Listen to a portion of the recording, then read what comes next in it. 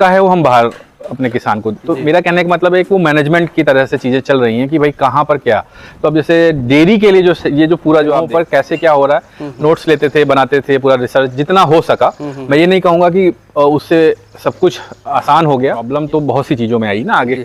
अगर केवल उस समय की बात की जाए जिस समय आप शुरू करने की बात कह रहे हैं, तो सबसे पहले जैसे मान लीजिए कि शेड कैसा होगा, जमीन कैसी। अगर आप अपने लोकल की बात करें तो लोकल में पशु व्यापारी आते हैं, लेते हैं, लेकिन मेरे दिमाग में लॉजिकली एक बात समझ में नहीं आई थी कि व्यापारी को कोई अपनी अच्छी गाय क्यों देगा। अच्छा अच्छा। वो लगभग आधे घंटा पौन घंटा देने के बाद हम दूध उसका इतना निकाल लेते हैं कि वो बच्चा पी सके। तो पहला गाढ़ा जा रहा है उसमें, जिस दिन वो 1.5 किलो खत्म कर देता है, उसके नेक्स्ट डे से हम उसको फीड बढ़ाने लगते हैं और दूध कम करने लगते हैं। तो हरा नहीं देते हैं, इसमें साइलेज, भूसा और फीड। ड्राई काऊ फीड आता है अलग से, वो ड्राई काऊ या प्रेग्नेंट हीफर फीड आता है, और एक फ्रेश काऊ फीड आता है। ट्रांजिशन हम बच्चा देने के लगभग 20 दिन पहले शुरू करते हैं, और फ्रेश काऊ जो होता है बच्चा देने के 1 महीने तक है। और दूसरा ये कि जो दूध के लिए जबरदस्ती कुछ एक्स्ट्रा खिलाना, ये सब हमारे मतलब आप देखेंगे हमारे यहाँ कोई नमक वमक नहीं पड़ा हुआ है। बिल्कुल, ठीक है। और भी बहुत स्टाफ है, दो स्टाफ, जैसे शेड मैनेज में 2 लोग हैं। शेड के अंदर 2 हमारा स्टाफ है, वो 2 लोग रहते हैं, और किलो मान लेते हैं 20 किलो पे 10 किलो फीड, ठीक है, 20 किलो दूध पे, और लगभग 18 से 20 किलो साइलेज। अच्छा। और 6। नमस्कार दोस्तों, मैं प्रिंस और आप देख रहे हैं कृषि दर्पण यूट्यूब चैनल। दोस्तों आज मैं उत्तर प्रदेश के लखनऊ में, और आपने इनका पहला और दूसरा पार्ट देखा। जिस भाई ने नहीं देख रखा है मैं उसका लिंक डिस्क्रिप्शन बॉक्स में दे रहा हूँ, आप वहाँ जाके देख सकते हैं। और आज के वीडियो में हम बात करने वाले हैं गोबर का निस्तारण कैसे करेंगे, हरा चारा का मैनेजमेंट कैसे करेंगे, फीड का मैनेजमेंट कैसे करेंगे, दूध की मार्केटिंग कैसे करेंगे। बहुत सारे लोगों को ये समस्याएं होती है कि आखिर ये कैसे होता है। 2 पार्ट मैं आपको लिंक डिस्क्रिप्शन बॉक्स में दे रहा हूँ, आप वहाँ से जाके जरूर देखें, और इस वीडियो को भी कंप्लीट देखें, काफ़ी अच्छी जानकारी दी हुई है। तो ये वीडियो को पूरा देखते हैं, जानकारी लेते हैं। उसके पहले मैं आप सभी से रिक्वेस्ट करूंगा कि आप हमारे चैनल पर नए तो प्लीज़ सब्सक्राइब कर लेंगे, साथ में बेल आइकन का बटन को प्रेस कर लेंगे, ताकि जब भी इस तरह का वीडियो बना तो आपको अपडेट जो मिलता है। तो हम इस युवा साथी से बात करते हैं, जानकारी पूरी की पूरी लेंगे, और साथ में फेसबुक पेज को भी आप लाइक और फॉलो कर सकते हैं। गोबर का आप क्या करते हैं सर? ये सबसे बड़ी समस्या है डेयरी की। गोबर हम लोग के लिए समस्या इसलिए नहीं कि हमारे पास जमीन है, मान लेते हैं, ठीक है। जिनके पास जमीन ना हो, जैसे हमारे पास जमीन जब मान लीजिए थी और नहीं भी है, तो हम लीज पे ले सकते हैं आसपास का खेत, ठीक है। कोशिश करिए जो आपका पशु खा रहा है आप खुद उगाएं।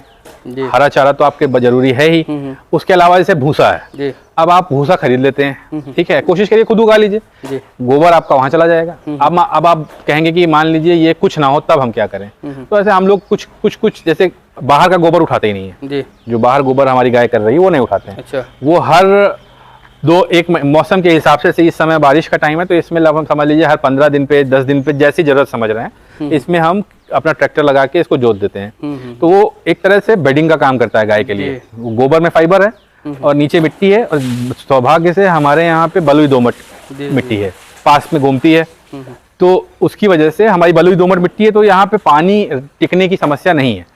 फिर भी जहाँ पे ज्यादा गाय गोबर कर देती है वहाँ पानी टिकता है, तो हम उसको गोड़ते रहते हैं, और फिर एक लेयर हटा देते हैं ऊपर से, और वो हम उसको सुखाते हैं। उसमें कल्चर है ना, कल्चर उसमें डाल देते हैं, तो कल्चर डाल के उसको हम खाद बना देते हैं। और वो हमारे कस्टमर कई सारे हैं जो डिमांड करते हैं, और नहीं तो हमारे यहाँ उपलब्ध रहता है, यहाँ से निकलते बैठते किसान हमारे उठा ले जाते हैं। और तो वो हो गया। बाकी जो हमारा इसके अंदर जो गोबर आ रहा है गाय का, वो हमारे स्टाफ जो हैं वो उठा लेते हैं और उसको एक सूखे गोबर को अलग कर देते हैं। बाकी गाय को नहलाते में, और जो पेशाब है और जो गोबर पानी के साथ जा रहा है, वो लास्ट में वहां पर हमारा एक स्लरी पिट बना हुआ है। वो जहाँ पे उसी के आसपास उतना वो आप ग्रोथ देख रहे हैं पेड़ों की, वो अपनी घास वास उगाई है, तो वहां पर स्लरी पिट है।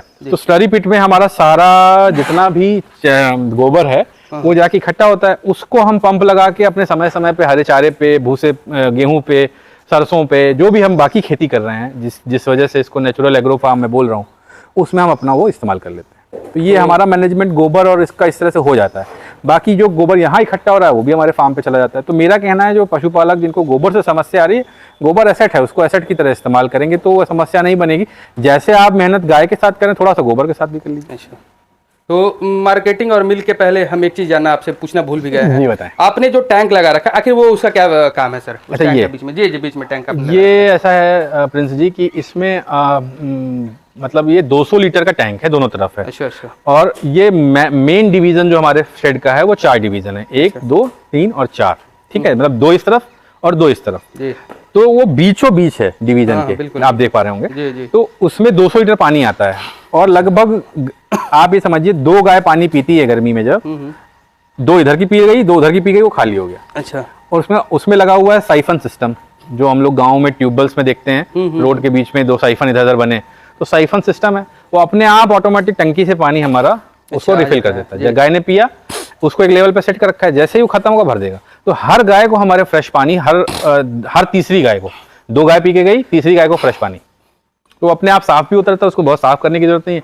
और अगर हमको कुछ गाय को, जैसे मान लीजिए कुछ गाय हैं जिनको हमको अलग से कुछ फीड के अलावा पिलाना है, कोई टॉनिक पिलाना है, कुछ पिलाना है, तो हम वो आती है पानी पीने अपना, उनको पता है कि वो उनको वहाँ पे पीने के लिए आना है, तो वहीं ले जाके और वो बहुत आसानी से, जैसे मान लीजिए काल्विंग के बाद है या बाकी जो बोला, आराम से उसको पीती हैं। तो वो बेसिकली वो साफ पानी के लिए टैंक है। वो मार्केटिंग के बारे में आपसे जानना चाहेंगे, जैसे शुरुआत जब किए थे तो कैसे मार्केटिंग करते थे, अभी कैसे करते, इसके बारे में जानेंगे सर। मार्केटिंग देखिए, हमने अब ये कहना बड़ा अजीब लगेगा आपको कि हमने आज तक 5000 पैम्पलेट के अलावा कोई मार्केटिंग नहीं करी है। शुरू में जो हमारे मित्रगण थे, कुछ लोग थे, और हमारे स्टाफ को लेके मैं पूरी टीम को लेके गया और किसी एक इलाके को पकड़ा और उसमें घर घर जाके खटखटा के उनको सैंपल फ्री में दिए, 2 दिन 3 दिन उनको दूध दिया। और अभी भी हमारा आज तक का वो नियम है, हमारा जो जो नया कस्टमर जुड़ता है तो उसको हम पहले दिन का दूध फ्री देते हैं कि भाई आप लो, अगर नहीं समझ में आ रहा मना कर दो, क्योंकि वो उसको भी ये ना लगे कि यार हमको अच्छा नहीं लग रहा है फिर भी हमने पैसा दे दिया है, तो वो बात है। दूसरा मार्केटिंग की जो बात है, जहाँ तक, तो दूध एक ऐसी चीज़ है, देखिए ये खा के पता चल जाना है अच्छा है नहीं है, ठीक है। तो उस तरह से हमको मार्केटिंग की जरूरत अभी तक तो नहीं समझ में आई, लेकिन अब जैसे जैसे हमारे पास दूध बढ़ेगा, जैसे इस साल हमारा 400 प्लस मिल्क था। प्रेजेंट टाइम में कितना है? प्रेजेंट अब जो ये समय आप जान रहे हैं कि सबसे लो यील्डिंग टाइम है ये, इस समय हमारे पास 258 के आसपास है। बॉटल मतलब पैकिंग से जाता है, जो बॉटल पैकिंग में जाता है, अब ये समझिए हमारे कस्टमर जो बॉटल में जाता है, नहीं तो हमारा घी बनता है। मिल्किंग कैसे करते हैं सर? मिल्किंग हमारी मशीन से होती है। अच्छा। मशीन से मिल्क निकलता है, मशीन से निकल के सीधे उधर वो चिलर है उसमें चला जाता है। अच्छा अच्छा। और चिलर से फिर बॉटलिंग। अभी केवल बॉटलिंग एक हमारा इशू है, जिसमें मतलब इंडिविजुअल आदमी से लोग, अब स्टाफ जो है हमारे बॉटलिंग करते हैं सुबह लेके अपना। अच्छा। तो सुबह की मिल्किंग जो हो रही है वो चिलर में जा रही है, ठंडा हो रही है, बॉटलिंग हो रही है और वो शहर चली जा रही है। अच्छा। और शाम की मिल्किंग जो हो रही है उससे घी और बाकी चीजें बन जा रही है। किस रेट से दूध जाता है सर? दूध हमारा 70 रुपये लीटर जा रहा है। 70 रुपये जी। जाता है। और हमारी उसमें भी एक पॉलिसी इस तरह की है कि हम जैसे बहुत मजबूरी आ जाए एकदम, मतलब जान पे खेल के तो नहीं किसी को देंगे, लेकिन ये है कि कोशिश ये रहती है कि 6 महीने, अगर मान लीजिए रिवाइज करना भी पड़ रहा है रेट, तो उन कस्टमर का ना करे जिनका 6 महीने पहले ऐड हुए हैं। मतलब आज आपने 70 रुपये में हमसे दूध लिया है तो 6 महीने हम आपका कोई नहीं करेंगे, और अगर करते हैं तो फिर हम बाकायदा लेटर वेटर दे के उनसे रिक्वेस्ट करके। और ये तो 70 में है, फार्म से यहाँ से कोई दूध ले जाता है जो आसपास के लोकल लोग ले जाते हैं तो वो 50 रुपये में। तो मतलब 70 रुपये बेच करके डेयरी फार्म का मुनाफा हो सकता है, नहीं हो सकता है सर? बिल्कुल हो सकता है, दूध का मुनाफा 50 में भी हो सकता है। देखिए मुनाफे का कहानी ये है कि आपको वैल्यू एडिशन में जाना पड़ेगा जी, ठीक है। जैसे अब हमारे पास दूध बच रहा है तो हम घी बना रहे हैं, घी में जा रहे हैं, उसके अलावा भी और कुछ प्रोडक्ट वगैरह जो सेल कर, जैसे अब मान लीजिए हमारा सरसों का तेल हो गया, वो ठीक है, उसके बाद हमारा गोबर का खाद हो गया, पंच और जो गौमूत्र से जो हम बना दे रहे हैं वो हो गया, ठीक है। और उसके बाद आपका घी हमारा 2 तरह का है, ठीक है। एक हमारा बिलोना मेथड का घी है और एक हमारा नॉन बिलोना है। अच्छा। नॉन बिलोना जो है वो डिमांड बहुत कम थी हमारी कस्टमर की, धीरे धीरे हमने उसको बंद कर दिया। अच्छा। क्योंकि मार्केट में जो बिलोना घी है वो लगभग 3000 रुपये से, और मतलब कम से कम में, अब कोई कितने में दे रहा है मुझे नहीं पता, लेकिन जो रिनाउंड ढंग के ब्रांड है जिनके फार्म पे मैं गया हूँ देखा है, वो 3000, 2900, 2400, मतलब 2500 से 3000 के बीच में उपलब्ध है। 1 किलो घी में कितना सर दूध लगता होगा? 1 किलो में जैसे ठंड में क्या होता है, फैट भी गाय का अच्छा आ रहा होता है। दूसरा, ठंड में घी एक्सट्रैक्शन ईजी है। एक्सट्रैक्शन ईजी इस तरीके से है, हम लोग क्या करते हैं, रात भर दूध हमारा पकता है। अच्छा। ठीक है, रात भर या दिन भर, वो भी सहूलियत है स्टाफ को, मौसम को। तो रात भर पका दूध को पकाने के बाद उसमें हमने कल्चर डाला, घी मतलब दही डाला, दही जमाने के लिए। दही बन गया, दही को हमने मथानी में लगा दिया, ठीक है। वो मथानी जो है वो जैसे पुरानी प्रक्रिया थी हमारी मथानी की, उसी तरीके से हमने मशीन, चूंकि वहाँ पे मेरा इंजीनियरिंग काम आया फाइनली, तो इलेक्ट्रिकल इंजीनियरिंग जो है जीवन में एक वही मथानी बनाने में काम आई है। तो उसको हमने मथानी बनाया और वो मथानी में लग गया। उसमें फिर क्या होता है, हम लोग ठंडा पानी डालते हैं या बर्फ डालते हैं, तो जितना मक्खन है वो इकट्ठा हो जाता है। फिर उसको निकाल के वॉश करके उसको फिर स्लो हीट पे गर्म करके और फिर घी निकाल लेते हैं छान वान के। तो ये तो प्रोसेस हो गया घी बनाने का। अब इसमें दूध जो है लगभग 25 लीटर लगता है ठंडियों में, 25 से 26 लीटर एवरेज 1 लीटर घी बनाने में बिलोना। और गर्मी का तो मतलब इस समय हम लोग कस्टमर मतलब अगर हमारे कस्टमर वीडियो देखेंगे तो जानेंगे कि वो क्यों घी नहीं पा रहे हैं, क्योंकि इस समय घी आप डालेंगे ठंडा पानी जब, इतनी गर्मी है कि वो इकट्ठा नहीं होता मक्खन, तो वो सब उसमें पिघले हुए फॉर्म में रहता है। तो इस समय लगभग 28-30 लीटर तक लग जाता है, तब 1 किलो घी बनता है। मेरे मन में एक सवाल है, या ये सवाल मैं पूछना आपसे भूल भी गया। जी बताएं। कि क्या हरा चारा तो पूरे साल सबको नहीं मिल पाता है सर, सबसे बड़ी समस्याएं हैं। जी जी। तो उसके लिए क्या सॉल्यूशन है, इसके बारे में बताएंगे सर आप। देखिए हमारे फार्म पे हरा चारा 2400 घंटे साल भर उपलब्ध रहता है। अच्छा। उसका कारण एक तो मैं समझता हूँ कि भाई एक तो ये है कि हम लोग साइकिल मेंटेन करके चल रहे हैं। नेपियर मेरे pass through out the year रहता है, सुपर नेपियर आजकल सबको पता है और उपलब्ध है। आसपास के किसान अगर हमसे लेना चाहेंगे मैं फ्री में देता हूँ, मेरे पास उसका बीज रखा हुआ है। बीज के मतलब वो गन्ने की तरह लगता है काट के। तो नेपियर तो हो गया थ्रू आउट द ईयर, ठीक है। और उसके बाद हम लोग सीजन पे जैसे जैसे आता है, जैसे एडवांटा का एक चारा आता है, कई कंपनियां हैं जिनका हरा चारा आता है जो आप बोल सकते हैं अच्छा एडवांस हरा चारा। उसमें मैं अल्फा एक घास है वो इस्तेमाल करता हूँ, मक्खन घास इस्तेमाल करता हूँ। मक्खन जो है वो ठंड से लेके और अप्रैल तक आती है, और अल्फा भी थ्रू आउट द ईयर रहती है, लेकिन वो बीच में गर्मी में एकदम चूँकि छोटी छोटी स्थिति होती है तो चली जाती है। अल्फा हो गया, दूसरा मक्खन हो गया, बाकी हम नेपियर हो ही गया। एक न्यूट्री फीड करके आता है बाजरा, जिसको जो अभी लगा हुआ है, जो इस साइड आप देख रहे हैं, अच्छा। वो बाजरा हो गया हमारा। तो यही 3-4 है, तो उसको नेपियर के साथ मिक्स करके और हम लोग ये देते हैं। फिर हम मोरिंगा देते हैं। अच्छा, मोरिंगा बिल्कुल देते हैं। नीम देते हैं। अच्छा। आप ये नीम के पेड़ देख रहे होंगे, बाहर 3 इधर लगे हुए हैं, फिर 3 इधर हैं, फिर इसके नेचुरल डिवॉर्मिंग शायद नीम से ही कराते होंगे आप। मतलब नीम ऐसा है कि अगर गाय खा रही है ना तो मैं खिला देता हूँ उसको हर एक 2 महीने 3 महीने बाद नीम खिला दिया। और सहजन जिसको हम लोग बोलते हैं मोरिंगा, अभी तक सहजन की प्रैक्टिस हमारे यहाँ नहीं थी, लेकिन यह है कि हमने बीच में कुछ गायों को खिलाया। अब उससे फायदा हुआ नहीं हुआ, लेकिन नुकसान नहीं हुआ। तो हमारे पास है वो, मैं वो खिलाता हूँ। तो ये हरे चारे में ये हो गया। आपसे एक और बात पूछना चाहूँगा, जैसे आप तो खुशकिस्मत है कि आपको अच्छी फीड मिल जा रही है, लेकिन जिस व्यक्ति को नहीं मिल पाता है तो उसके लिए क्या सॉल्यूशन होगा सर, इसके बारे में भी बताएंगे सर। देखिए फीड वैसा ही चीज़ है जैसे मैंने आपको शुरू में बताया कि मतलब अपने खाने के लिए जैसे हम लोग परेशान होते हैं या होना चाहिए हर किसी को। जैसे मान लीजिए कि आप शहर में रह रहे हैं, आपको अच्छा दूध हम लोग की तरफ से उपलब्ध है, तो अगर आपके टेस्ट के ऊपर मान लीजिए कोई पैकेट वाला दूध चढ़ा हुआ है या आपका कोई और दूध है, अगर आपको अफोर्डेबिलिटी की बात है, तो मैं ऐसे लोगों को जानता हूँ, बहुत से लोगों को, जो इससे भी कम में मतलब ला के बाहर से दूध पिला देते हैं। और वो बॉटल में, जैसे हर बॉटल में दूध आ रहा है, इसका मतलब नहीं कि वो फार्म से आ रहा है। बात समझिएगा, जो आपने सवाल पूछा मैं उस पर आ रहा हूँ, बट वो मैं कस्टमर्स की बात करके, और ये अपने खाने की तरह जैसे है वैसे ही गाय का फीड है।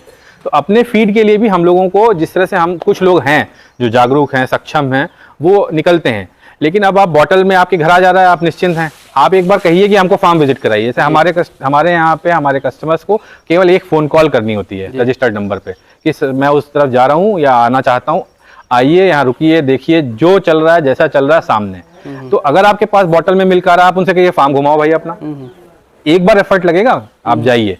बॉट पैकिंग में दूध आ रहा है या तेल है, मतलब जाके देखिए, जानिए। उसी तरीके से कंपनी के फीड्स, बहुत से कंपनी के हैं, जैसे मैं माँ डेयरी का, माँ फीड्स का जो इस्तेमाल कर रहा हूँ, अब वो शायद उन्होंने शुरू किया है आसपास, शायद क्या मतलब शायद कंफर्म है जी उनका हो गया।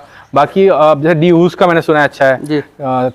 तो यही सब है, मतलब फीड का कंपनी का नाम लेना मुझे ठीक नहीं लगता है। जो मैं जो खिला रहा हूँ मैं उसकी बात कर रहा हूँ, मेरे को वो पसंद फ्रॉम डे वन है। मैं अपने को इसीलिए कह रहा हूँ, लकी हूँ कि भाई मेरे को दिक्कत नहीं आई तो मुझे बदलने की जरूरत नहीं पड़ी। तो ठीक है, फीड का ऐसा है कि आप भरोसे पे मत रहिए, देखिए। और फीड में बहुत सी चीज़ें ऐसी हैं जो गाय को परेशान करती हैं। कंसेप्शन की दिक्कत अगर आपके यहाँ आ रही है, रिपीट ब्रीडिंग हो रही है, तो फीड गड़बड़ है, सीधी सी बात है। आप अपना मैनेजमेंट एक बार चेक कर लीजिए, गाय का उसमें कोई इन्फेक्शन ना हो, चेक कर लीजिए। इसके बाद भी अगर कंसेप्शन नहीं आ रहा है तो फिर सीधी सी बात है, वो फीड में ही समस्या हो सकती है। और कहाँ होगी, मतलब मैं हो सकता है, और जो अनुभवी लोग हैं या जो जानकार हैं वो इसका कुछ और बताएं, वेटनरियन बताएंगे, लेकिन फीड के लिए मेरा वही जवाब है कि ढूंढिए, जानिए, तब लीजिए। तो सर एक और क्वेश्चन रहेगा, जो हमारे पास बहुत सारे कॉल आते हैं, अगर वीडियो जो दर्शक देखते हैं जी, तो अच्छी अच्छी गाय देख लेते हैं, तो वो क्या हमसे पूछते हैं कि गाय आपके पास बिकाऊ है कि नहीं है सर, आप दे सकते हैं नहीं दे सकते, इसके बारे में भी बताएंगे सर। जी यार, गाय का ऐसा है ना कि अब इस स्थिति में आए हैं, स्थिति में कि हम लोग कुछ गाय सेल कर सकते हैं।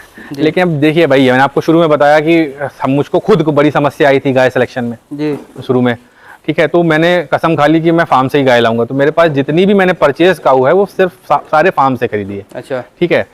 तो फार्म में क्या है, एक तो मुझको फायदा ये मिल जाता है कि भाई वेटनरी उसका पूरा सारा डिटेल पता है, रिपीट होगा बात सारी, पहले वीडियो में आपकी मैं बता चुका हूं, पहले आपने बताया। ठीक है, तो एक तो वो बात हो गई। तो अभी क्या है कि हमारे पास उपलब्ध हैं, तो अगर आप लेना चाहते हैं तो एक मैं नंबर दे दूंगा, या फिर मेरा वेबसाइट है www.amorfarm.com, ठीक है। यूट्यूब पे भी एक चैनल पर है, उस पर कोई वीडियो मैं नहीं डाला हूँ आज तक, तो आप वहाँ जाके कमेंट कर सकते हैं। हमारा फेसबुक पेज है, इंस्टा पेज है, आप वहाँ से हमसे बात कर सकते हैं। नंबर देने में क्या है ना कि फिर बहुत मेरे पास गाय कम है मान लीजिए, वो नंबर फ़ोन अब हमेशा आता रहेगा, आप कहेंगे तो मैं दे दूंगा आपको, मैं दे दूंगा, आप वीडियो में डाल दीजिएगा नंबर, ठीक है। लेकिन कोशिश यही करिए कि या तो व्हाट्सएप पे कांटेक्ट करें, या फेसबुक मैसेंजर पे, या इंस्टाग्राम। सर आपने काफी अच्छी, इतनी अच्छी जानकारी दी हमारे दर्शक बंधु के लिए, इसके लिए आपको बहुत बहुत धन्यवाद। और इतनी अच्छी मैनेजमेंट का जो राज है, उस टीम से भी मैं मिलना चाहूंगा, जो आपकी टीम है उससे भी मैं मिलना चाहूंगा सर। हाँ, तो आप हैं, ये हमारी टीम है जी जी, इन्हीं के दम से हम लोग इतना कुछ इतनी अच्छी मैनेजमेंट कर पा रहे हैं सर। मैनेजमेंट हमारे यहाँ मतलब नो डाउट, मैं मतलब इसको मैं रहूं ना रहूं, ये मनोज हैं, ये मैनेजर हैं, या यही संभालते हैं 24 घंटा आपके भरोसे पे। फिर ये हमारे छोटू हैं, आप जतिन हैं, विपिन, सॉरी, और आप हरिचंद हो गए, और आप हो गए सर्वेश। तो सर्वेश और हरिचंद जी और विपिन, ये 3 आदमी शेड के मैनेजमेंट में रहते हैं। और आप और एक लोग और हैं, वो बाकी शहर में हमारी टीम में जो डिलीवरी पार्टनर्स हमारे वो हैं। इस तरह से चल रहा है। चलिए सर, काफ़ी अच्छी आपने जानकारी दी हमारे पशुपालक बंधु के लिए, इसके लिए आपको बहुत बहुत धन्यवाद सर। आप यहाँ आए, आपका बहुत बहुत शुक्रिया और धन्यवाद आपका।